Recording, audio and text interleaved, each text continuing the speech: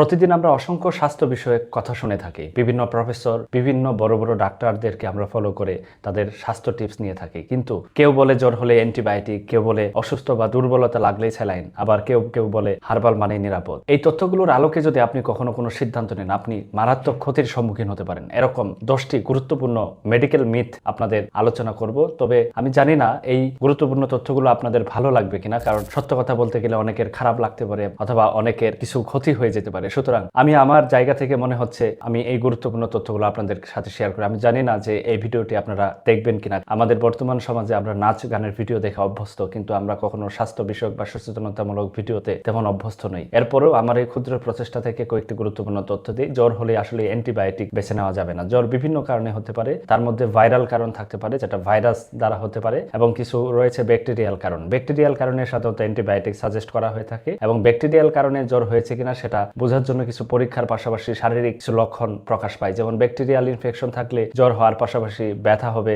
অথবা প্রস্রাবের ইনফেকশন হলে জ্বরের পাশাপাশি প্রস্রাবের সমস্যা হবে, অ্যাপেন্ডিসাইটিসের ইনফেকশন হলে তলপেটে ডান সাইডে ব্যথা হওয়ার পাশাপাশি জ্বর থাকবে। সুতরাং ব্যাকটেরিয়াল মানেই জ্বরের পাশাপাশি আরো কয়েকটা লক্ষণ থাকবে। তবে ভাইরাল জ্বর এটা শুধুমাত্র জ্বর না, জ্বরের পাশাপাশি শ্বাসকষ্ট, শরীর ব্যথা বা জয়েন্টে ব্যথার মতো প্রবলেম হতে পারে। সুতরাং জ্বর হলেই নিজে নিজে কখনো অ্যান্টিবায়োটিক বেছে নেওয়া থেকে বিরত থাকুন, কারণ বর্তমানে বাংলাদেশে প্রায় 60% অ্যান্টিবায়োটিক রেজিস্ট্যান্ট শুধুমাত্র এই যত্রতত্র অ্যান্টিবায়োটিক খাওয়ার কারণে। দুর্বলতা লাগলে বা প্রেশার কমে গেলে আমরা স্যালাইন নেই। স্যালাইন মূলত এক ধরনের ফ্লুইড অথবা পানি। এর ভিতরে কিছু ইলেকট্রোলাইট যেমন সোডিয়াম, পটাশিয়াম, ক্লোরাইড এগুলো মিশ্রণ থাকে। অনেক ক্ষেত্রে গ্লুকোজ থাকতে পারে। তবে এটা কোনো এনার্জি বা শক্তির কোনো ঔষধ না। এটা শুধুমাত্র যাদের বমি হয়ে যদি ফ্লুইড লস হয়, ডায়রিয়া হয়ে ফ্লুইড লস হয়, অথবা খেতে পারছে না, সেক্ষেত্রে এগুলো সাপোর্টিভ হিসেবে দেওয়া যায়। তবে এটা ম্যাক্সিমাম সময় অপ্রয়োজনে আমরা ব্যবহার করে থাকি। অনেক ক্ষেত্রে ডায়াবেটিস থাকলে আমরা চিনি বন্ধ করে দেই বা কোনো ধরনের মিষ্টি জাতীয় খাদ্য খাওয়া বন্ধ করে দেই। কিন্তু একটা গুরুত্বপূর্ণ সত্য কথা হচ্ছে ডায়াবেটিস এক ধরনের লাইফস্টাইল ডিজিজ। শুধু চিনি বন্ধ করলেই কিন্তু আপনার ডায়াবেটিস কন্ট্রোল হবে বিষয়টা তা না। এর পাশাপাশি খাদ্যাভ্যাসে পরিবর্তন আনতে হবে, প্রতিদিন ব্যায়াম করতে হবে, ওজন নিয়ন্ত্রণের পাশাপাশি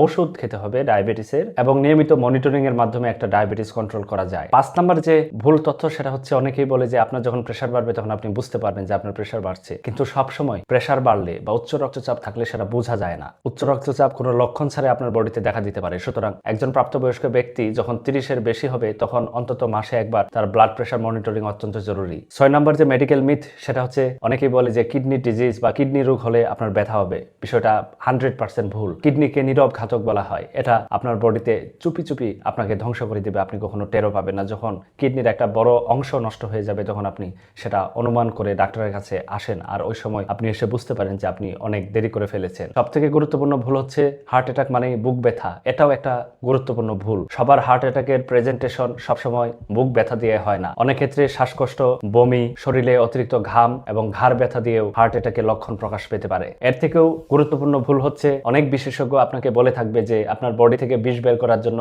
আপনাকে ডিটক্স করা দরকার। আমাদের লিভার এবং কিডনি স্বাভাবিকভাবেই আমাদের মেটাবলিজম করে থাকে এবং আমাদের বডিতে থাকা ওয়েস্ট প্রোডাক্ট সেগুলো বের করে থাকে। তাই বাজারে ডিটক্স পাউডার বা ডিটক্স ঔষধ সেটা খেয়ে আপনার বডিতে ডিটক্স করার কোনো প্রয়োজন নেই। এগুলো এক ধরনের ভ্রান্ত ধারণা এবং বেচা বিক্রি বৃদ্ধির এক ধরনের প্রক্রিয়া। এর থেকে গুরুত্বপূর্ণ হচ্ছে অনেকেই পরীক্ষা নিরীক্ষা করেন, হঠাৎ করে দেখলেন যে একটা রিপোর্টের ভ্যালু একটু অ্যাবনর্মাল রয়েছে এবং তিনি চিন্তায় পড়ে যান যে আপনি মনে হয় বড় কোনো রোগে আক্রান্ত। বিষয়টা তা না। একটি রিপোর্টের ভ্যালু দেখে কখনো রোগ ডায়াগনোসিস করা যায় না। রোগ ডায়াগনোসিস করতে হলে রোগীর হিস্ট্রি, ফিজিক্যাল এক্সামিনেশন এবং অন্যান্য টেস্ট ইন্টারপ্রিটেশন করে একজন চিকিৎসক সিদ্ধান্ত নেয় যে তার এই রোগটি হয়েছে। সুতরাং একটি রিপোর্টে ভুল আসা মানেই সেটা কিন্তু জটিল কোনো রোগ না। সব থেকে গুরুত্বপূর্ণ যে ভুল সেটা হচ্ছে আমার একটা রোগ হয়েছে, সাপোজ আমার শ্বাসকষ্ট হয়েছে, আমি শ্বাসকষ্টের জন্য একটা ওষুধ খাই, কিন্তু আমার পাশে থাকা কোনো ব্যক্তির শ্বাসকষ্ট হয়েছে, আমি তাকে আমার এই ওষুধটি সাজেস্ট করলাম। এটা কিন্তু ভুল। আপনার শ্বাসকষ্টের প্যাটার্ন এবং আপনার শ্বাসকষ্টের রোগ অনুযায়ী আপনাকে যে ওষুধ দেওয়া হয়েছে আপনার পাশে থাকা ব্যক্তির সেটা তার নাও হতে পারে, তার অন্য কারণে শ্বাসকষ্ট হতে পারে। সুতরাং নিজের প্রেসক্রিপশনের ওষুধ উপসর্গ মিলে গেলেই অন্য কাউকে দেওয়া থেকে বিরত থাকুন। সুতরাং মেডিকেল সায়েন্সে সব থেকে গুরুত্বপূর্ণ ভুল হচ্ছে আপনি শুনেছেন অমুক এটা করে ভালো হয়েছে, আপনি মনে করেন এটা করলে ভালো হবে। এই ধরনের ভ্রান্ত তথ্যগুলো থেকে বেরিয়ে আসুন, সচেতন হন, সঠিক তথ্য জানুন, সুস্থ থাকুন। আসসালামু আলাইকুম।